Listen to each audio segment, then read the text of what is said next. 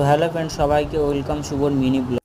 আমি সকালবেলা উঠে রকিকে নিয়ে চলে গেলাম আমাদের ছোট্ট বাড়ির দিকে। রাস্তায় যেতে যেতে দেখলাম দাদা ভাইপোকে সাইকেল চড়াচ্ছে। তো দেখতেই পাচ্ছ আমাদের রাস্তার অবস্থা, কদিন আগে জল উঠে গেছিলো, আবার জলটা শুকিয়ে গেছে।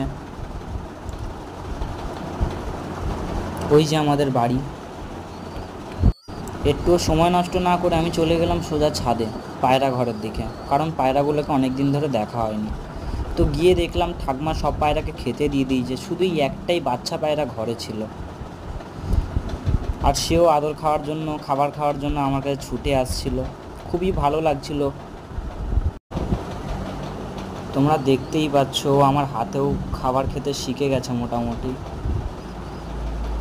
তো আমি চাই জলদি সে শুধু বড় হয়ে যাক এবার। দেখতেই পাচ্ছ আমার হাতে কীরকম সুন্দরভাবে খাবার খাচ্ছে, আর খুব ছিঁড়ছিঁড়ি লাগছে আমার।